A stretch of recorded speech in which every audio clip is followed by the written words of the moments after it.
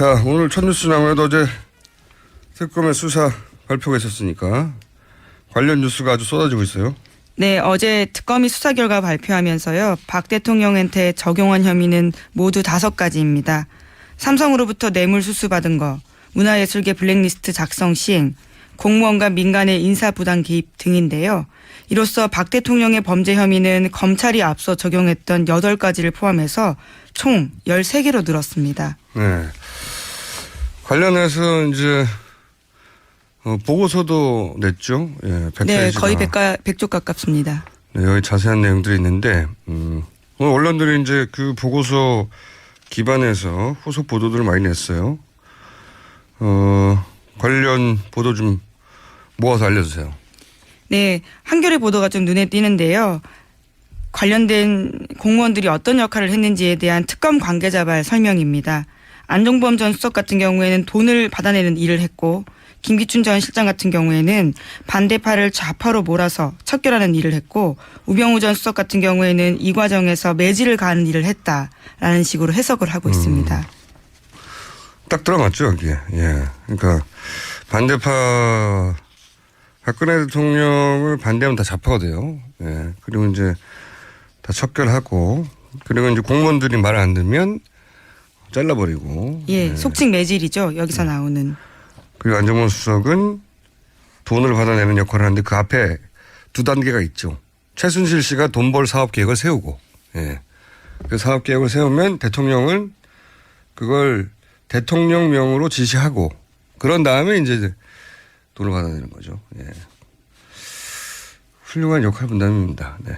이걸 하루 이틀 한 게 아니라, 네. 그렇죠. 취임 이후부터요. 쭉 했다. 예, 예. 예. 우리가 지금 집중하고 있는 건 사실 스포츠 재단하고 미르 재단 이 두 재단을 중심으로만 바라봐서 그렇지 여기 드러나지 않은 그 전에는 가만히 있었을까요? 재단과 동시에 이 일을 시작했을까요? 그 전에 오랜 세월 아직 드러나지 않은 일도 많다고 봅니다. 예, 그렇죠. 예, 예. 미얀마 같은 경우에 이 재단하고 직접 상관이 없잖아요. 근데 고영철 씨가 내놓은 뭐 문서나 이런 걸 통해 드러난 건데 그렇게 아직 밝혀지지 않은 일들 많다. 저는 그렇게 생각합니다. 밝혀지지 않은 일들에 대해서 좀 더 짚어보기로 하고. 자, 또 관련 뉴스 또 어떤 게 있습니까? 네, 특검이 속칭 세월호 7시간과 관련된 수사도 일정 부분 이야기를 했는데요. 세월호 7시간은 여전히 미궁 속이긴 합니다. 하지만 특검 결과를 보면 대통령이 세월호 전날 저녁부터 당일 오전 10시경까지 무엇을 했는지는 여전히 확인되지 않았다라는 이야기도 했습니다. 사실 이게 말이 안 되는 거거든요. 보통 이 시간엔 관제에서 자고 아침에 일어나고 확인 못할 이유가 뭐가 있어요. 확인이 안 된다는 얘기는 전날 시술 의혹 그리고 다음날 오전부터 시술 의혹과 연관해서 생각해 볼 수 있다. 예. 개인적으로 추정합니다. 이건 특검이 밝혀내지 못했기 때문에 아직은. 저는 여전히 당일 청와대에 없었다의 한 표인데, 네. 과연 특검도 밝혀내지 못한 걸, 검찰 특수본에서 밝혀낼 수 있을지 모르겠지만, 헬기설, 아직도 저는 한 표인데. 자, 세월호 7시간에 관해서는 그렇고요. 또 다른 뉴스는 어떤 게 있습니까? 후속으로. 네, 대통령 비선 의료만이 아니라 미용 시술 관련해서서 이미 알려진 새칭 주사 아줌마, 기치료 아줌마에 이어서 이번에는 왕십리 원장까지 등장했습니다. 왕십리 원장.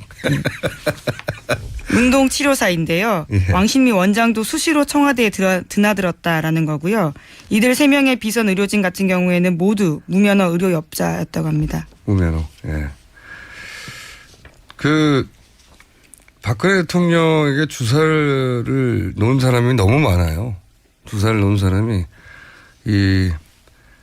공식 의료진 말고도 합치면은 10여 명 가까이 되는 상황이고 그리고 비선 의료진 3명이 있는데 그 사람들도 면허가 없다. 예. 재밌지 않습니까? 이렇게 청와대가 돌아가고 있었다는 게. 네, 뭐 말이 멋있어서 그렇죠. 속칭 야매라고 말할 수 있는 거죠. 그렇죠. 예, 예. 비선이라는 말이요. 예. 일반인들도 이렇게 무면허 의료업자들한테 잘 안 받거든요.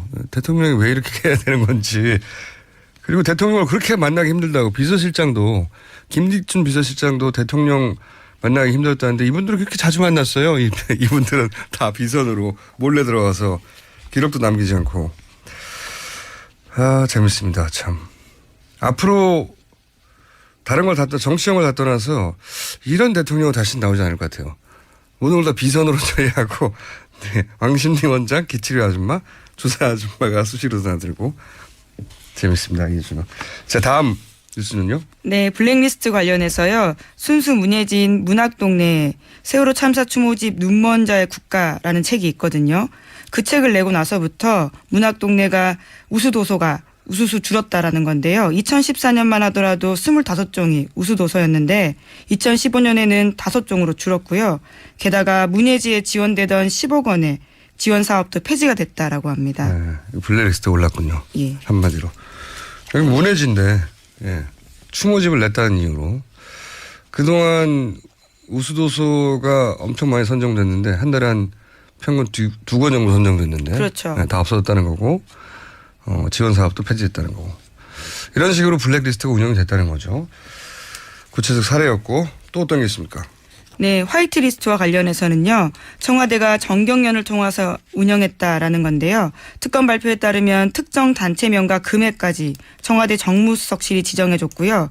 그래서 2014년부터 지난해 10월까지 삼성, 현대차, SK, LG 등을 통해서 총 68억 원을 지원했다라는 겁니다. 네, 이거는 한 해 동안 그랬다는 거고요. 14년부터 15년까지. 근데 네, 16년 10월까지요. 예. 예. 아, 그렇군요. 1년 반 동안. 예. 이런 단체들이 결국 지금 친박 집회를 하고 있는 겁니다. 네, 태극기 흔들면서. 네, 청와대와 또 수시로 통화를 하고 있고요. 어제 전해드린 바와 같이요. 올해 1월 달까지도 계속 이들 단체 대표들과 청와대 선임 행정관이요. 네, 선임 행정관이 아직도 전화를 하고 있다는 거죠. 네, 이런 집회들을 주도하고 있는 사람들하고. 자, 관련 뉴스 또 있습니까, 후속으로? 네, 두 번째 태블릿 PC 관련해서요. 명의자는 최 씨 소유의 건물 환경미화원이었다라는 특검 수사 결과도 있습니다.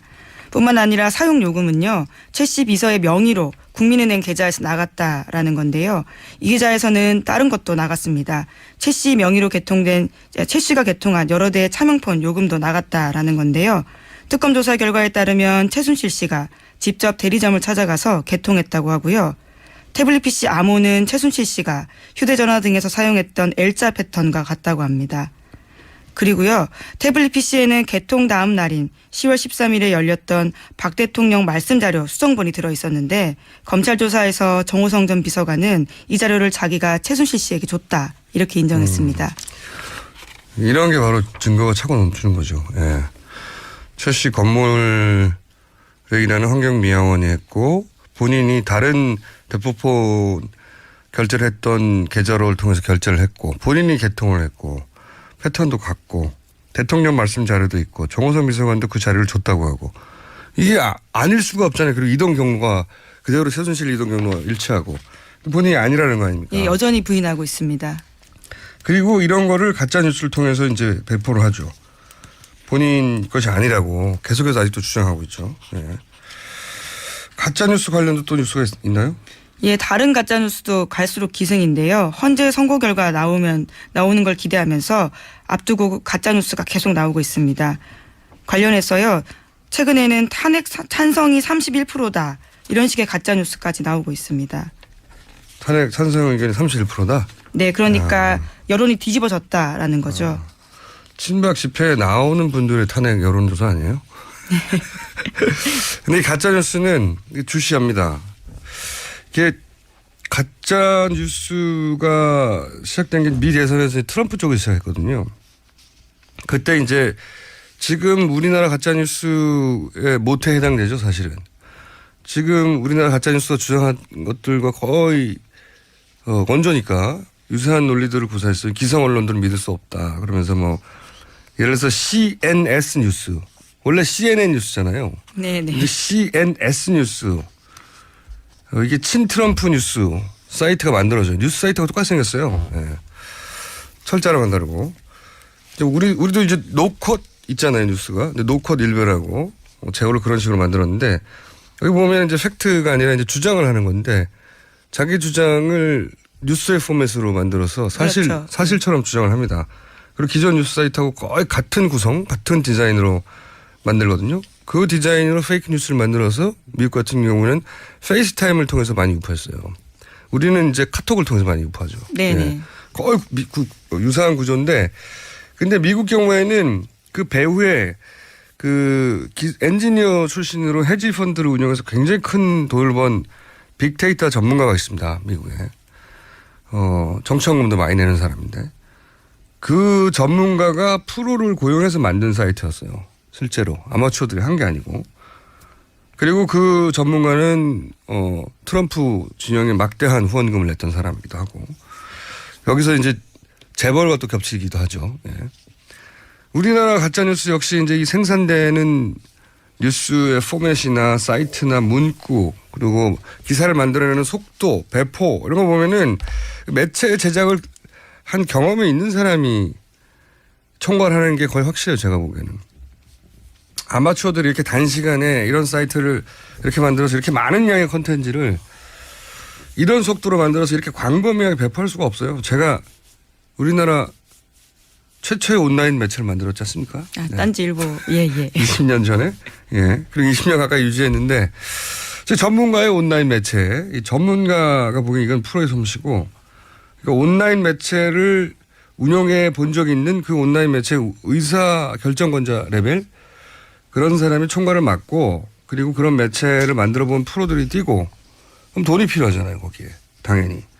그리고 무엇보다도 뭐가 필요하냐면 그 개별 그 기자들, 기사를 만들어내는 사람들이 자기 마음대로 만들어낼 수가 없어요. 왜? 목적이 있지 않습니까? 이런 가짜뉴스를 만든. 그러면 편집에 큰 방향이 나와야 돼요. 그게 제일 중요합니다. 예를 들어서 뭐, 그 타블렛을 가짜로, 만들어라. 가짜 타블렛이라고 퍼뜨려라. 그럼 쫙 관련 기사가 나와야 되는 거잖아요. 네, 속칭 야마라고 하죠. 기자들끼리. 예, 주제를 잡는다라는 차원에서요. 오늘 이렇게 언어가. 예, 속칭의 단어들을 몇 가지 알려드렸습니다. 기자들은 그런 단어를 잘 쓰죠. 예. 일본 말이긴 합니다만. 예. 그거를 잡는 사람이 제일 중요한 거예요. 매체 이 기술적으로 어떤 사이트를 만들고 그건 사실 그런 걸 만들어 본 프로들이 와서 하면 되는데 중요한 건 그런 사람들이 어떤 방향으로 콘텐츠를 나갈 것인가를 지시하는 사람. 컨트롤 타워가 되겠죠. 컨트롤 타워가 꼭 있어야 돼요. 그러니까 이걸 좀 좁혀보면 친박 진영에 온라인 미디어를 운영한 경험이 있는데 그러면서 청와대와 교감할 수 있을 만큼 가까이 있었던 그런 총괄이 누굴까? 또 하나 청와대에서 현재 이제 문고리 3인방 김기춘 이 공백이 생겼잖아요. 네, 우병우 전 수석까지요. 네. 이 공백을 메우면서 그 공백 사이에 대행을 하고 있는 그들이 했던 역할을 대행하고 있는 거라고 짐작되는 컨트롤 타워는 누굴까? 대략 짐작 가는 사람들이 있어요, 저는. 예. 계속 앞으로도 탄핵 심판 이후에도 추적하려고 하는데, 헌재 사찰 나왔지 않습니까? 네네. 우병우 전 민정수석이 이제 본인과 신분이 있는 국정원 고위 간부, 아마도 국정원 2차장이 아닐까라고 이제 추정들 하고 있는 그 누군가에게 연락을 해서 이런 일이 벌어졌다. 이게 이제 보도 내용이었잖아요. SBS의 주말에. 근데 이 보도가 사실이면 뭐 개인적으로는 그런 개연성은 충분히 있다고 보는데. 박 대통령이 갑자기 전화기를 들고 우병우 전 민정수석에게 여보시오. 그것 좀 알아보시오. 이렇게 했을 리가 없잖아요. 본인 스타일상으로도 그렇고.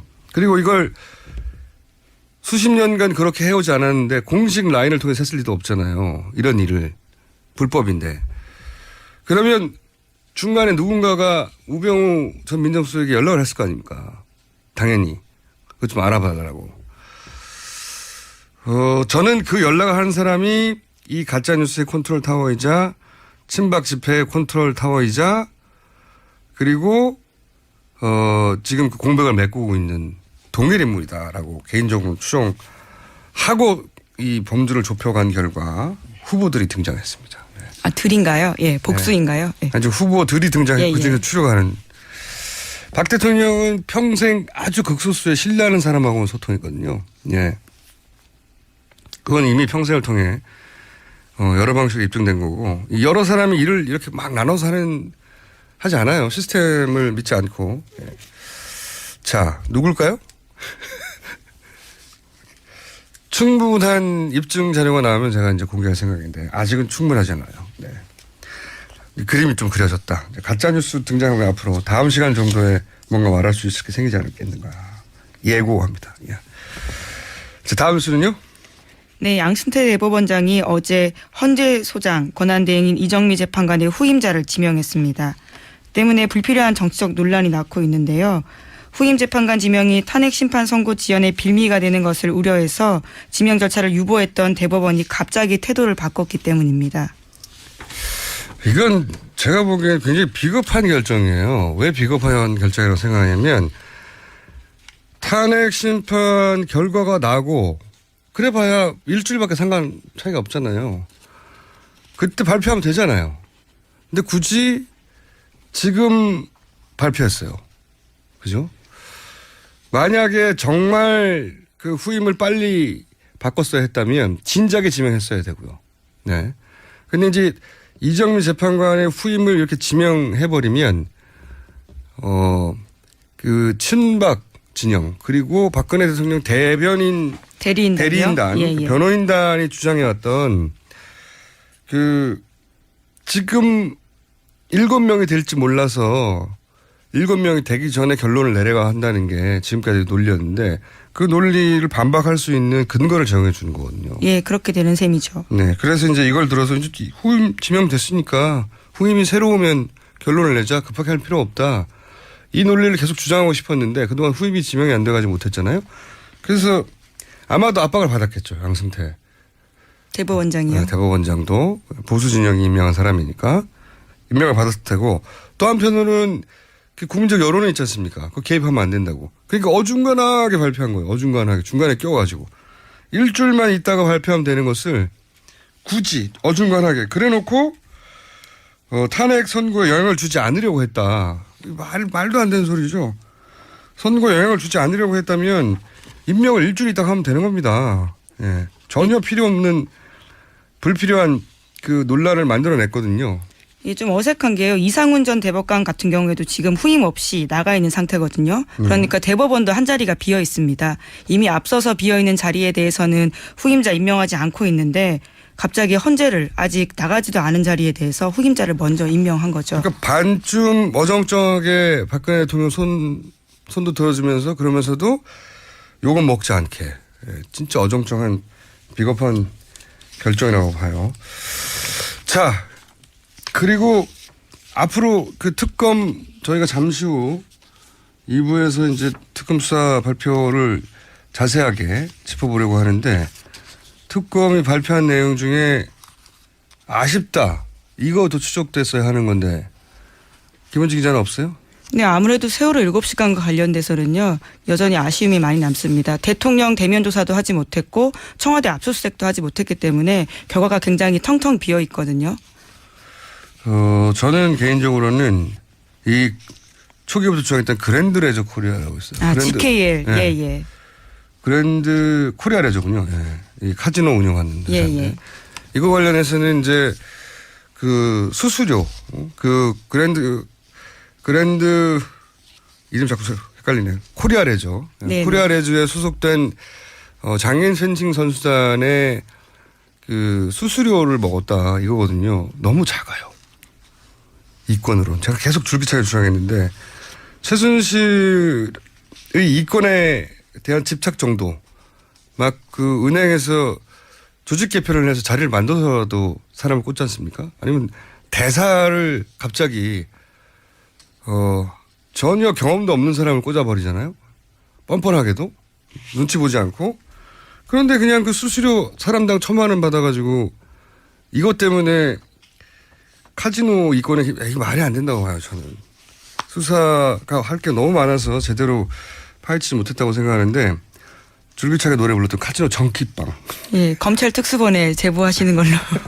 정키빵 이권에 눈독을 들였을 거라고 저는 추정하고 추가 수사가 꼭 필요하다고 봅니다.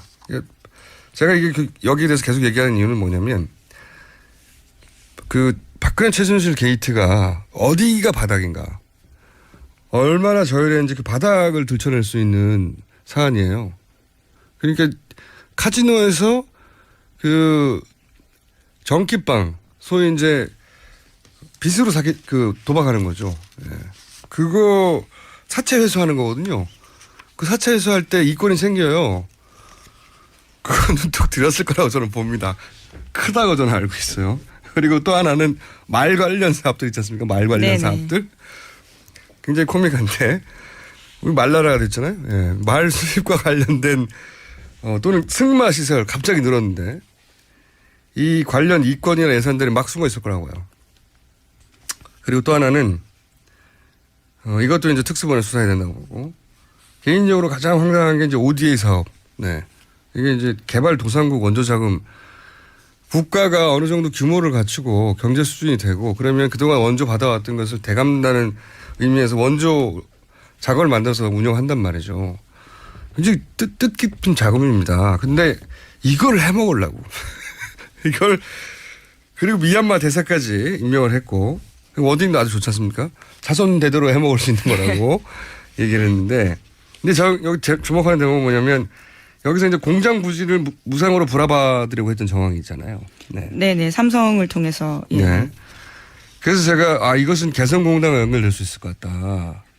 예. 예, 삼성을 통해서는 잘못 이야기한 겁니다. 삼성을 거기 또 투자를 시키려고 했었던 예. 거죠. 그러니까 이게 미얀마 예. 정부로부터 공장 부지를 예, 뭐 예. 50년 정도 무상으로 받아서 거기 입주하려고 하는 공장이 있으면 공장이 조금만 받아도 그야말로 땅 짓고 헤엄치기 아닙니까? 몇십 년 동안. 근데 개성공단이 폐쇄돼서 그런 대체 부지를 찾으려고 한 게 아니라 그런 대체 부지로 임대 사업을 할 수 있겠다 생각이 들어서 기획부동산처럼 개성공단을 폐쇄한 게 아니냐라는 개인적 추정인데 이거 추가 수사가 꼭 필요한 대목을 해봅니다. 저는.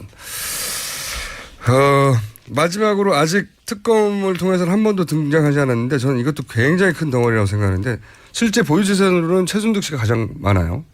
최순천 씨도 훨씬 많습니다.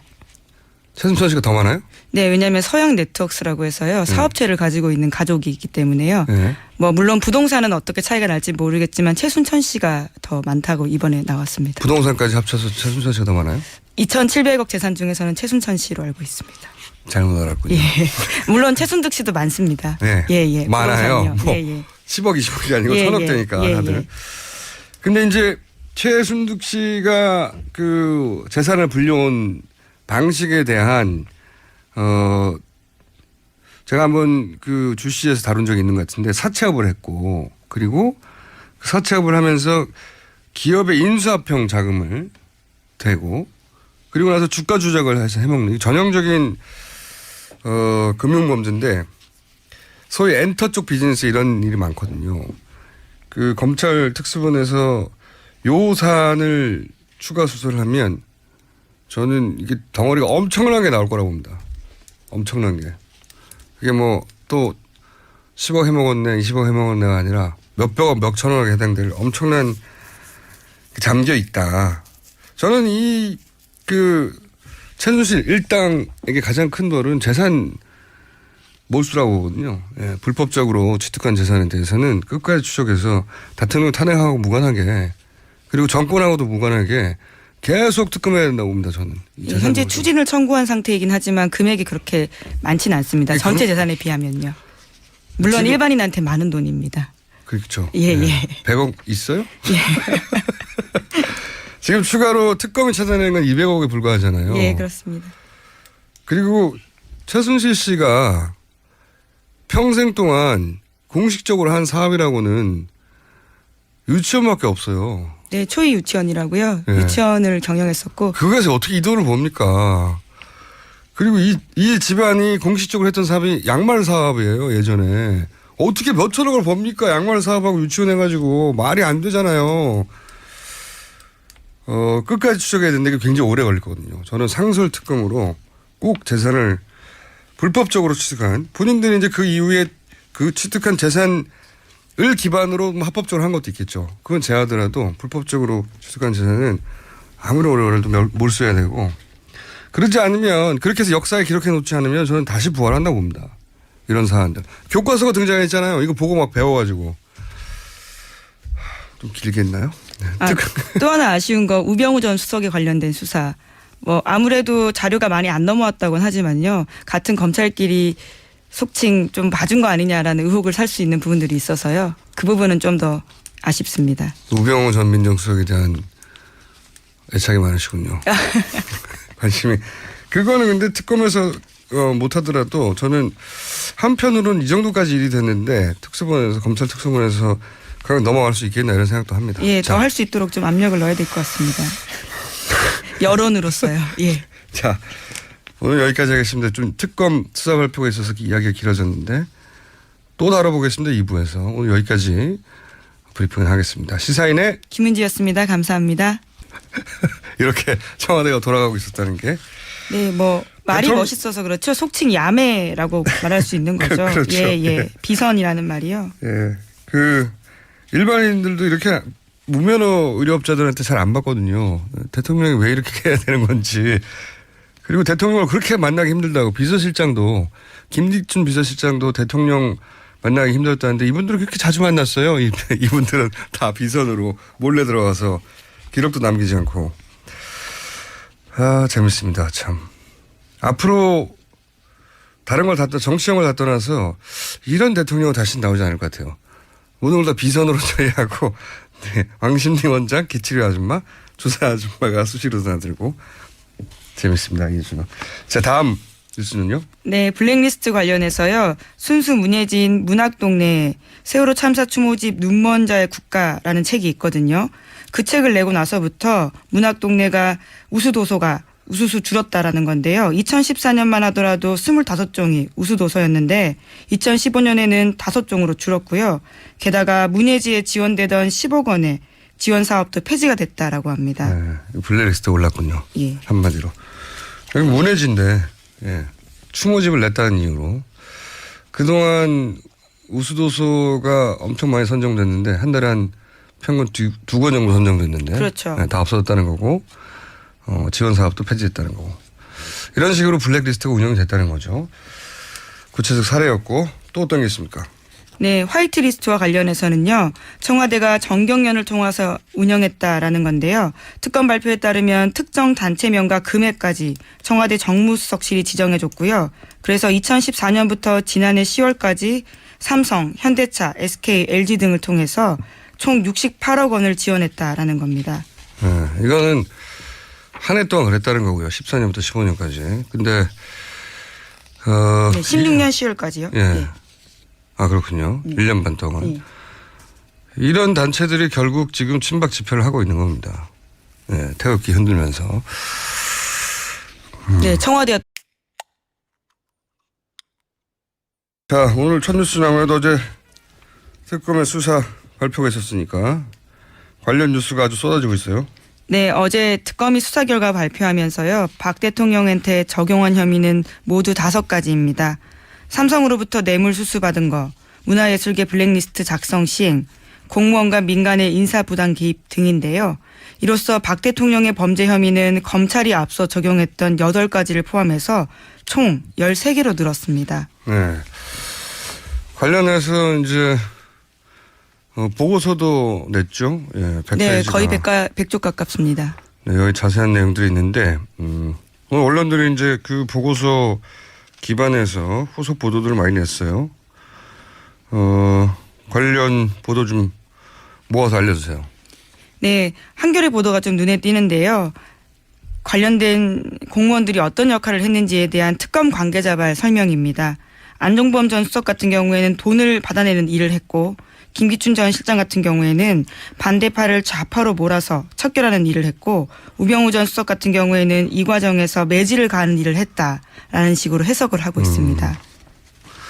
딱 들어맞죠, 여기에. 예. 그러니까 반대파 박근혜 대통령을 반대하면 다 좌파가 돼요. 예. 그리고 이제 다 척결하고 그리고 이제 공무원들이 말 안 듣면 잘라버리고. 예, 예. 속칭 매질이죠. 여기서 나오는. 그리고 안정범 수석은 돈을 받아내는 역할을 하는데 그 앞에 2단계가 있죠. 최순실 씨가 돈벌 사업 계획을 세우고, 예. 그 사업 계획을 세우면 대통령은 그걸 대통령명으로 지시하고, 그런 다음에 이제 돈을 받아내는 거죠. 예. 훌륭한 역할 분담입니다. 네. 이걸 하루 이틀 한 게 아니라 네. 그렇죠. 취임 이후부터요. 쭉 했다. 예, 예. 예. 우리가 지금 집중하고 있는 건 사실 스포츠 재단하고 미르 재단 이 두 재단을 중심으로만 바라봐서 그렇지 여기 드러나지 않은 그전에는 가만히 있었을까요? 재단과 동시에 이 일을 시작된 게 미 대선에서 트럼프 쪽에서 시작했거든요. 그때 이제 지금 우리나라 가짜뉴스의 모태에 해당되죠, 사실은. 지금 우리나라 가짜뉴스가 주장한 것들과 거의 원조니까 유사한 논리들을 구사했어요. 기성 언론들은 믿을 수 없다. 그러면서 뭐 예를 들어서 CNS 뉴스. 원래 CNN 뉴스잖아요. 네네. 근데 CNS 뉴스. 이게 친트럼프 뉴스 사이트가 만들어져요. 뉴스 사이트가 똑같이 생겼어요. 네. 철자랑은 다르고. 우리도 이제 노컷 있잖아요, 뉴스가. 근데 노컷 일별하고 제어를 그런 식으로 만들었는데 여기 보면 이제 팩트가 아니라 이제 주장을 하는 건데 자기 주장을 뉴스의 포맷으로 만들어서 그렇죠. 사실처럼 주장을 합니다. 그리고 기존 뉴스 사이트하고 거의 같은 구성, 같은 디자인으로 만들거든요. 그 디자인으로 페이크 뉴스를 만들어서 미국 같은 경우는 페이스타임을 통해서 많이 유포했어요. 우리는 이제 카톡을 통해서 많이 유포하죠. 네네. 네. 거의 유사한 구조인데 근데 미국 경우에는 그 배후에 그 엔지니어 출신으로 헤지 펀드를 운영해서 굉장히 큰 돈을 번 빅데이터 전문가가 있습니다. 미국에. 정치원금도 많이 내는 사람인데 그 전문가가 프로를 고용해서 만든 사이트였어요. 실제로 아마추어들이 한 게 아니고. 그리고 그 전문가는 트럼프 진영에 막대한 후원금을 냈던 사람이기도 하고 여기서 이제 재벌과 또 겹치기도 하죠. 예. 우리나라 가짜뉴스 역시 이제 이 생산되는 뉴스의 포맷이나 사이트나 문구 그리고 기사를 만들어내는 속도, 배포 이런 거 보면은 매체 제작을 한 경험이 있는 사람이 총괄하는 게 거의 확실해요. 제가 보기에는. 아마추어들이 이렇게 단시간에 이런 사이트를 이렇게 만들어서 이렇게 많은 양의 컨텐츠를 이런 속도로 만들어서 이렇게 광범위하게 배포할 수가 없어요. 제가 우리나라 최초의 온라인 매체를 만들었지 않습니까? 아, 딴지일보. 예. 20년 전에. 예. 그리고 20년 가까이 유지했는데 제 전문가의 온라인 매체. 이 전문가가 보기엔 이건 프로의 솜씨고 그러니까 온라인 매체를 또 수시로 통화를 하고 있고요. 어제 전해드린 바와 같이요. 올해 1월 달까지도 계속 이들 단체 대표들과 청와대 선임 행정관이요. 네, 선임 행정관이 아직도 전화를 하고 있다는 거죠. 네, 이런 집회들을 주도하고 있는 사람들하고. 자, 관련 뉴스 또 있습니까, 후속으로? 네, 두 번째 태블릿 PC 관련해서요. 명의자는 최 씨 소유의 건물 환경미화원이었다라는 특검 수사 결과도 있습니다. 뿐만 아니라 사용 요금은요. 최 씨 비서의 명의로 국민은행 계좌에서 나갔다라는 건데요. 이 계좌에서는 다른 것도 나갔습니다.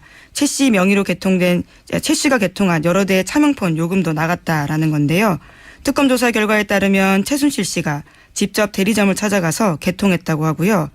태블릿 PC 암호는 최순실 씨가 휴대전화 등에서 사용했던 L자 패턴과 같다고 합니다. 그리고요. 태블릿 PC에는 개통 다음 날인 10월 13일에 열렸던 박 대통령 말씀자료 수정본이 들어있었는데 검찰 조사에서 정호성 전 비서관은 이 자료를 자기가 최순실 씨에게 줬다 이렇게 인정했습니다. 이런 게 바로 증거가 차고 넘치는 거죠. 예. 최 씨 건물에 일하는 환경미화원이 했고 본인이 다른 대포폰 결제를 했던 계좌를 통해서 결제를 했고 본인이 개통을 했고 패턴도 같고 대통령 말씀 자료도 있고 정호성 비서관도 그 자료를 줬다고 하고 이게 아닐 수가 없잖아요. 그리고 이동 경로가 그대로 최순실 이동 경로가 일치하고 본인이 아니라는 거 아닙니까? 예, 여전히 부인하고 있습니다. 그리고 이런 거를 가짜 뉴스를 통해서 이제 배포를 하죠. 본인 것이 아니라고 계속해서 아직도 주장하고 있죠. 예. 가짜 뉴스 관련도 또 뉴스가 있나요? 예, 다른 가짜 뉴스도 갈수록 기승인데요. 헌재 선고 결과 나오는 걸 기대하면서 앞두고 가짜 뉴스가 계속 나오고 있습니다. 관련해서요. 최근에는 탄핵 찬성이 31%다. 이런 식의 가짜 뉴스까지 나오고 있습니다. 탄핵 찬성 의견이 31%다? 네, 그러니까 여론이 뒤집어졌다라는 거죠. 친박 집회에 나오는 분들의 탄핵 여론조사 아니에요? 근데 이 가짜 뉴스는 주시합니다. 이게 가짜 뉴스가요? 그 전에 오랜 세월 아직 드러나지 않은 일도 많다고 봅니다. 예, 예를 들어 그렇죠. 예, 예. 미얀마 같은 경우에 이 재단하고 직접 상관이 없잖아요. 근데 고영철 씨가 내놓은 뭐 문서나 이런 걸 통해 드러난 건데 그렇게 아직 밝혀지지 않은 일들 많다. 저는 그렇게 생각합니다. 밝혀지지 않은 일들에 대해서 좀 더 짚어보기로 하고. 자, 또 관련 뉴스 또 어떤 게 있습니까? 네, 특검이 속칭 세월호 7시간과 관련된 수사도 일정 부분 이야기를 했는데요. 세월호 7시간은 여전히 미궁 속이긴 합니다. 하지만 특검 결과를 보면 대통령이 세월호 전날 저녁부터 당일 오전 10시경까지 무엇을 했는지는 여전히 확인되지 않았다라는 이야기도 했습니다. 사실 이게 말이 안 되는 거거든요. 보통 이 시간엔 관제에서 자고 아침에 일어나고 확인 못할 이유가 뭐가 있어요. 확인이 안 된다는 얘기는 전날 시술 의혹 그리고 다음날 오전부터 시술 의혹과 연관해서 생각해 볼 수 있다. 예. 개인적으로 추정합니다. 이건 특검이 밝혀내지 못했기 때문에 아직은. 저는 여전히 당일 청와대에 없었다의 한 표인데 네. 과연 특검도 밝혀내지 못한 걸 검찰 특수본에서 밝혀낼 수 있을지 모르겠지만 헬기설 아직도 저는 한 표인데. 자, 세월호 7시간에 관해서는 그렇고요. 또 다른 뉴스는 어떤 게 있습니까? 후속으로. 네, 대통령 비선 의료만이 아니라 미용 시술 관련해서요. 이미 알려진 새칭 주사 아줌마, 기치료 아줌마에 이어서 이번에는 왕십리 원장까지 등장했습니다. 왕십리 원장. 운동 치료사인데요. 예. 왕십리 원장도 수시로 청와대에 드나들었다라는 거고요. 이들 3명의 비선 의료진 같은 경우에는 모두 무면허 의료업자였다고 합니다. 무면허. 예. 박근혜 대통령에게 주사를 놓은 사람이 너무 많아요. 주사를 놓은 사람이 공식 의료진 말고도 합치면은 10여 명 가까이 되는 상황이고. 그리고 비선 의료진 3명이 있는데 그 사람들 또 면허가 없다. 예. 재밌지 않습니까?